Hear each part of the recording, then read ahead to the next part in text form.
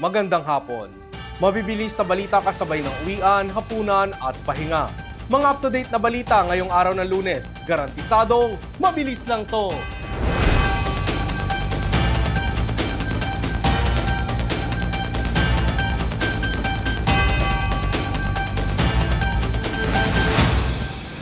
Mas maraming pasahero ang inaasahang dadagsa sa Batangas Port sa darating na undas.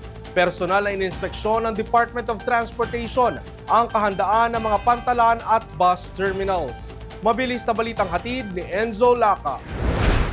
Isa-isang ininspeksyon ng Department of Transportation sa pangunguna ni Acting Transportation Secretary Giovanni Lopez ang Batangas Port ilang araw bago mag-undas. Ito'y upang tiyakin ang kahandaan ng pasilidad, kawani at operasyon sa dagsa ng mga uuwing pasahero sa kani-kanilang probinsya. Kasabay na ininspeksyon ng DOTR ng Batangas Grand Terminal para tiyakin ang roadworthiness ng mga pampasaherong bus. Ayon sa Philippine Ports Authority, 2.2 milyong pasahero ang inaasahang dadagsa sa Batangas Port sa darating na undas. Mas mataas ito kumpara sa naitala noong nakaraang taon na nasa 1.9 milyong pasahero.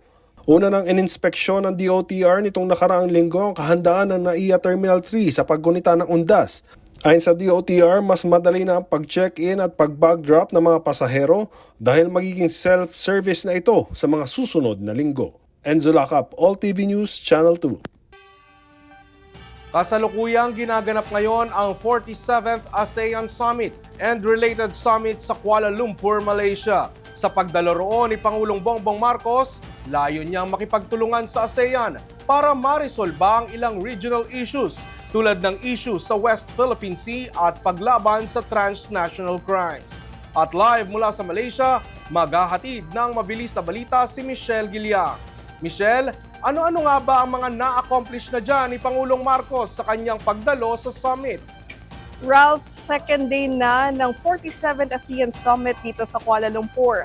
Nakuha ni Pangulong Bongbong Marcos ang pagsisiguro ng ASEAN leaders at world leaders sa patuloy na pakikipagtulungan sa Pilipinas pagdating sa issue ng transnational crime, economic stability at seguridad sa West Philippine Sea.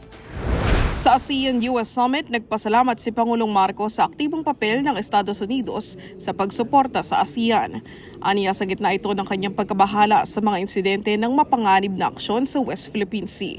Giit ng Pangulo, patuloy ang mga insidente sa West Philippine Sea na naglalagay sa panganib sa mga tauhan, pati na rin sa kaligtasan ng mga barko at eroplano ng Pilipinas. Sa kabila ng lahat ng ito, nanindigan ng Pangulo na mananatiling determinado ang Pilipinas sa pagpapatupad ng Declaration on the Conduct of Parties in the South China Sea at sa pagtataguyod ng isang code of conduct na naayon sa international law. Ipinabot rin ng Pangulo ang kanyang pagkabahala sa mga insidente sa West Philippine Sea sa kanyang pahayag sa ASEAN-Japan Summit. Ayon sa Pangulo, ang mga ganitong aksyon ay malinaw na paglabag sa international law, partikular na sa 1982 United Nations Convention on the Law of the Sea o UNCLOS. Sa harap ng mga hamon sa West Philippine Sea, sinabi ng Pangulo na ang Pilipinas ay hindi titigil sa pagtatanggol ng karapatan at teritoryo nito. Sa bilateral meeting naman ni President Marcos at Canadian Prime Minister Mark Carney kahapon, napagkasunduan nila na simulan agad ang negosasyon para sa Free Trade Agreement. Layunin nito na palawakin pa ang Canada-Philippines Economic Relations na kasalukuyang may trade value na mahigit $3 billion. Saklaw niya ng mga sektor tulad ng manufacturing, defense at clean at conventional energy. Ralph, bukas makakausap natin ng personal si Pangulong Bongbong Marcos para matanong sa kanya ang resulta ng kanyang mga meeting sa iba-ibang world leaders. Balik sa iyo, Ralph. Maraming salamat, Michelle Giliang, nag-uulat live mula sa Kuala Lumpur, Malaysia para sa ASEAN Summit. Sa iba pang mabibilis na balita, big time oil price hike asahan bukas.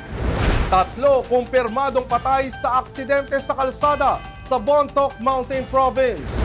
At Pinoy golfer Miguel Tabuena, kampiyon sa kauna-unahang International Series Philippines Golf Tournament.